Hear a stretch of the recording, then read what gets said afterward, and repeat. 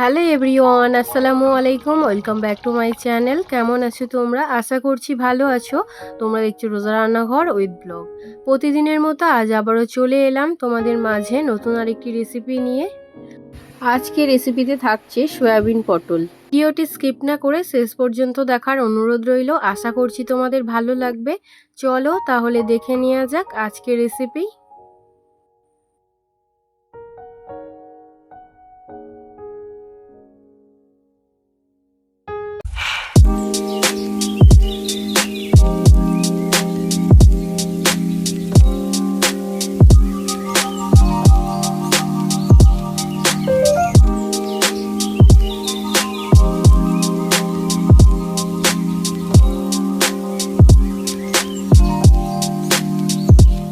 Soybean পটল আলু তরকারির জন্য এখানে সয়াবিনটা আমি 30 মিনিটের জন্য উষ্ণ গরম জল দিয়ে ভিজিয়ে রেখেছিলাম। সয়াবিনটা ভালোভাবে ভিজে গিয়েছে, তারপরে আমি সয়াবিন থেকে চেপে চেপে জলটা বের করে নিয়েছি। এবারে পটল কেটে নেব।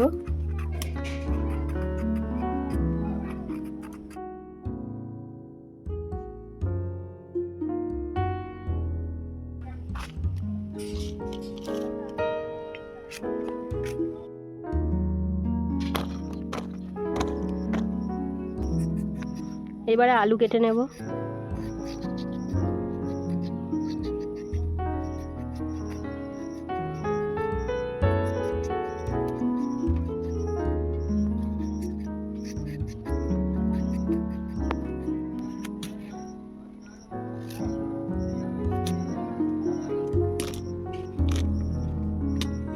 এবারে পেঁয়াজ কুচিয়ে নেব।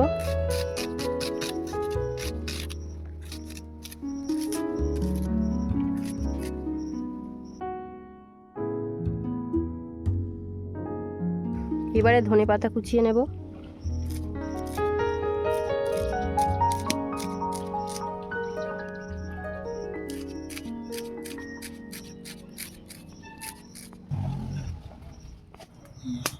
উনুনটা জ্বালিয়ে নিয়েছি, এবারে কড়াটা বসিয়ে দেব। সাদা তেল দিয়ে দিয়েছি, এবারে আলুটা ভেজে নেব।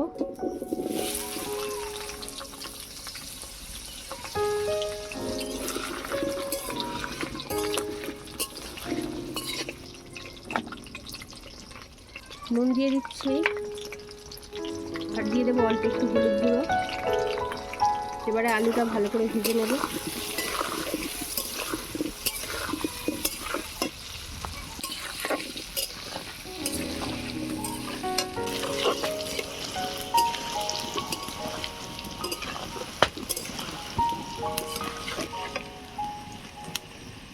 আলু ভাজা হয়ে গিয়েছে, এবারে তুলে নেব।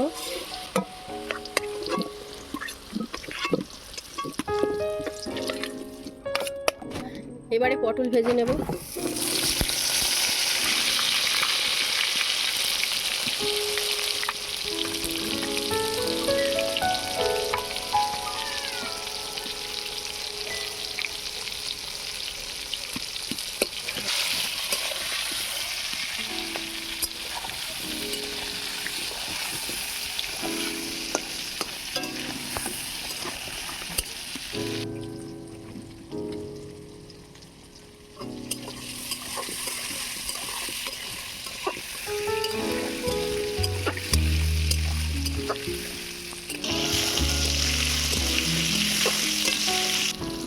পটল ভাজা হয়ে গিয়েছে, তুলে নেব।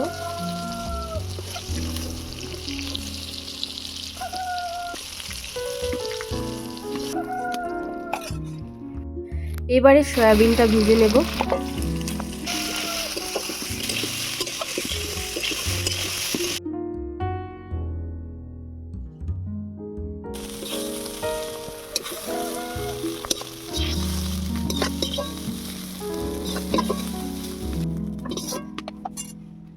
এবারে তরকারিটা বানিয়ে নেব, তার জন্য দিয়ে দিচ্ছি সরিষার তেল।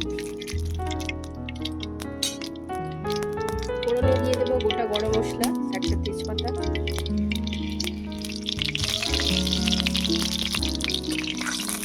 এবারে দিয়ে দিচ্ছি পেঁয়াজ কুচি।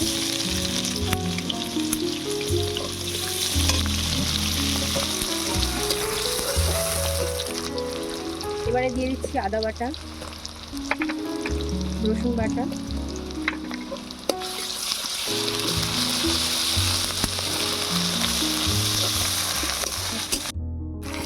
আদা রসুনের কাঁচা গন্ধ চলে গিয়েছে। এবারে দিয়ে দেবো হলুদ গুঁড়ো,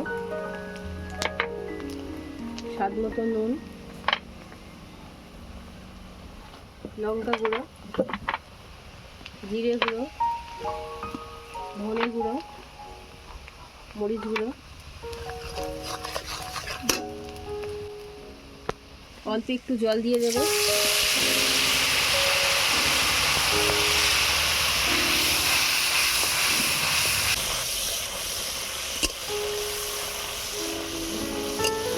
মশলা ভালো করে কষানো হয়ে গিয়েছে।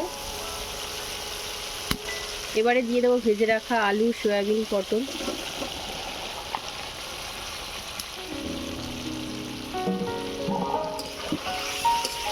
সব কিছু ভালো করে কষিয়ে নেব।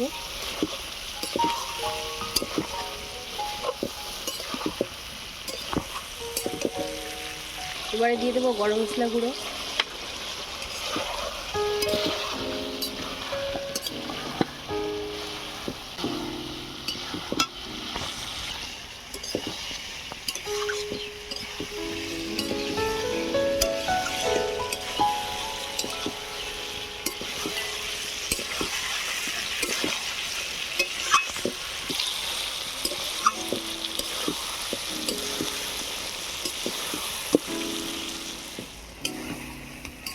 তরকারি ভালো করে কষানো হয়ে গিয়েছে। এবারে দিয়ে দেবো পরিমাণ মতো জল।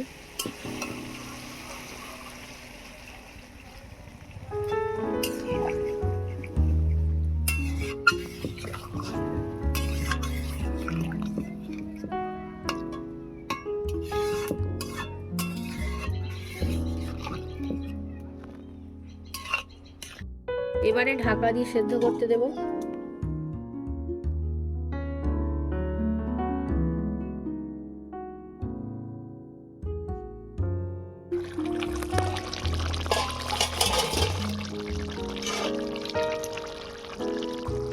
এবারে দিয়ে দেবো ধনেপাতা কুচি,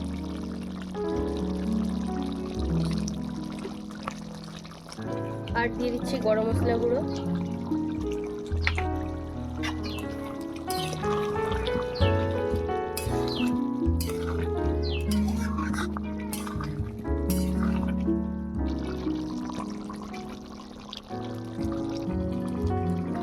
তরকারি হয়ে গিয়েছে, এবারে নামিয়ে নেব।